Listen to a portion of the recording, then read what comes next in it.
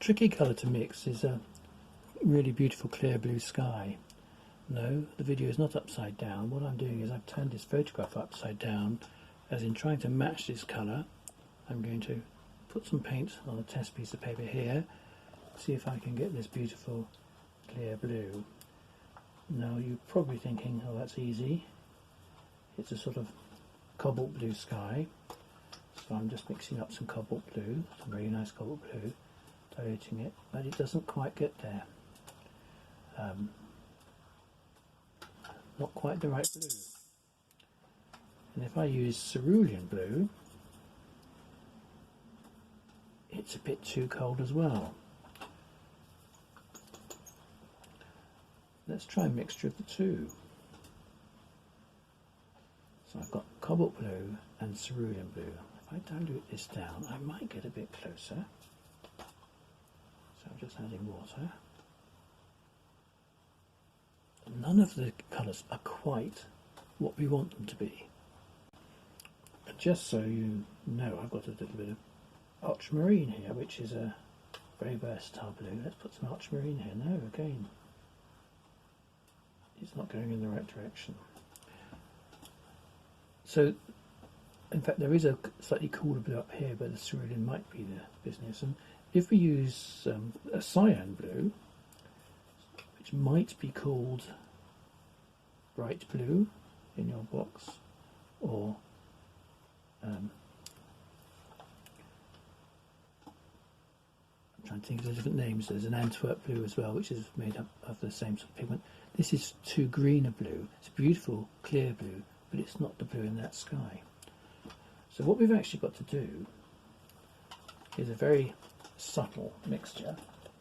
Just clean my brush so we get a good mixture. To actually get that blue, we have to put in a tiny bit of Chinese white. And you might think, I can't do that, it's forbidden. This is some Chinese white. Picking up the Chinese white. Well, let's add that to some cobalt blue. Chinese white, cobalt blue. It's not quite the blue above. Let's add a tiny bit of cerulean.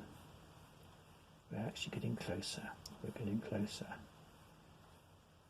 Look at that colour. So it's subtly brighter than the blue above. Now, however much I diluted that blue, it wouldn't quite have the same feel for it. So let's just have a little comparison. We're getting very close.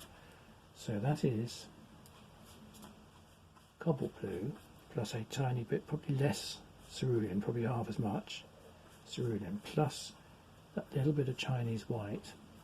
I'm putting it right to the edge of the paper here so we can compare it, and we are getting very, very close. It's annoying really that we have to do this in watercolour, but the put it on this way so you can see the different blues and how they compare. But you don't need much of that Chinese white to settle it and produce this particular shade. So I've got some other examples of blue. Let's turn this photograph around so we can see the other things that occur, the other issues that occur. And where the sky is reflecting in a big puddle here, let's zoom out so we can see everything. We can see the blues graduate down from the cool blue where it's reflecting the lower part of the sky here as it goes down into the puddle. We're not only getting the sky that's higher up reflecting, getting warmer, stronger, but also because of the puddle being relatively shallow, we're picking up some colour in the water, and the blue is effectively going to a greyer, darker blue. So to get something like that, there are various recipes, but one of the, if you've got a colour called indigo in your palette, indigo, here I'm putting it on my, let's just zoom out now so we can see what's going on. So indigo, I'm going to bring it around here so we can,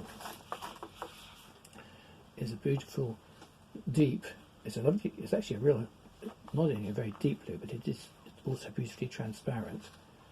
So that mixed with your either ultramarine or cobalt is giving us this really nice grey blue. That's settled down a bit. It's looking a bit strong as it is, but that addition of indigo. Now, if you haven't got indigo, you can actually get a very similar result. Adding a little bit of either you can add some burnt umber, so it's a little bit of brown. If you add that to ultramarine, I'll show you. So I've got burnt umber and ultramarine, and that actually comes up almost identical to what I've just done using indigo. So indigo is a quick way of doing it. If you don't have it, there's some burnt umber helps you get that deeper blue. And you could possibly do a similar thing using cobalt, a strong mixture of cobalt, adding burnt umber as well. So getting a dark blue, getting different blues. That's a good example. I've got some other landscapes up on the easel here. So I've got a snow scene up here. What's interesting with that snow, when I've got another snow scene here, is how blue the snow is, but it's a warm blue, and that's a blue that I would mix. So I'm going to mix it on this piece of paper again if I can. That's a blue that I would mix, probably using cobalt blue, which is what I've got here, and adding a tiny bit of red to it. And because it's not a vibrant purple, you might even find a little bit of a cadmium red produces the purple. If that's not quite vibrant enough, a little bit of a crimson or even a rose madder. So look at that pinky red I put up there. Now if I add that to cobalt, get the balance just right. I haven't got it quite right now. I'm just diluting it down a little bit. So just damp the brush, suck the colour back a bit. And if you actually compare the colour on the photograph to the margin of the paper, you can see how unwhite that snow is. If you look at this slightly purpley blue I've mixed, it's very close in colour. In fact, it's not perfect. I think I can almost detect a hint of a colder blue in there, so I'm going to put a little bit of cerulean blue in as well to that mixture. So let's have cerulean blue, tiny amount, plus that bit of rose madder, and we're getting very, very close to the blue in that snow. Let's have a look at this snow. Turn the paper around, let's see if we're getting there's two things that matter with this blue. Firstly, the blue goes colder as it gets lighter, and in fact where the light is just picking up on the edge of this verge, we even get a slightly peachy colour, basically a very pale orange. And I'm going to put some pale orange on my test paper here, just show you when you put it next to your mauves. You've actually got two secondary colours effectively. A little bit too yellow, so I'm adding a little bit more. Make sure my brush is clean. Adding a tiny bit more red to my orange. That orange next to that blue will bring it to life, and you only need the tiniest amount. So I'm just going to do a little bit of snow painting here. Start with my orange. Just some little broken dabs of it. Nothing much, it's just a hint of it. And now I'm going to paint my mauvey blue, just mixing it in the palette. I put it too strong. Let's carry on and get it about right. So now I'm going to put my mauvey blue next to that. It's a bit dark. Maybe it will settle down.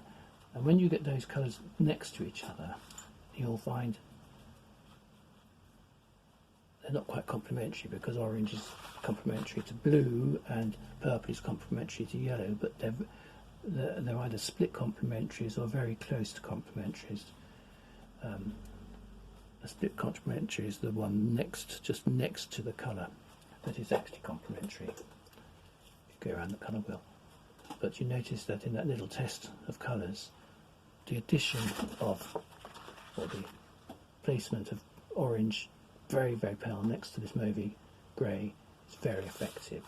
This snow scene, we don't see quite the same thing, although again, there's an area here where the paler, where the sun's on the snow, you get this very, very slight hint of a peachy colour coming through. So when you paint to get snow looking effective, finding those hints of warmth are very useful. So that's another little clue. But the other thing about the snow in this photograph is it's colder. So I'm just going to put it up in front of the other one. So we've got this colder colour here. Let's see if any of our colours are quite right. Our blue mix, but it's sort of, that's a bit too cold. So that mauve's a bit too warm. So we've got to actually find somewhere in between the two. So let's see if we can do that. And this is really half the battle when you're painting scenes like this, is to get this the colour just right. So I'm just mixing my purpley colour with a little bit of cerulean in it. It's a little bit too grey. I'm going to start again with a fresh mix. So it's cobalt blue, a tiny amount of, too much, that's better, so the balance of that, so that's too vibrant and it just needs cooling, so I'm just going to add a little bit of cerulean blue and paint it through that and see if I can get it looking clean and bright. And we have got much closer now, so I needed 3 colours to get there, but that's done the trick. So it's a subtle thing sometimes getting it spot on, so finding the right blues, whether it's a sky or reflected sky or in snow, all fascinating. I've got a blue mist in the photograph down here, a little final exercise we can try. So we've got a mist across a meadow here, and what colour is there? And actually, well, we've got there, it's down here. So it's nearly like the cobalt sky we were going for earlier, but just a little greyer. So it's a cobalt blue with a tiny bit of Chinese white in it and a tiny bit of cerulean in it, and it matches. So making up these little test sheets of colours on spare paper is a very good idea for helping you solve these problems. And if you need to be methodical, it would help. You can actually just let it dry, write in pencil what you put into the mix, and then next time you're painting a similar scene, you've got a recipe to aim for. Obviously getting the correct proportions is another matter, but that's where experiment will solve your problems. So happy colour mixing. Get back to me if you can't solve your problems. Show me what you've done, show me what you're aiming for, send me an email and attach your attempts and I will advise accordingly. But I hope you can win the battle. Thank you for watching.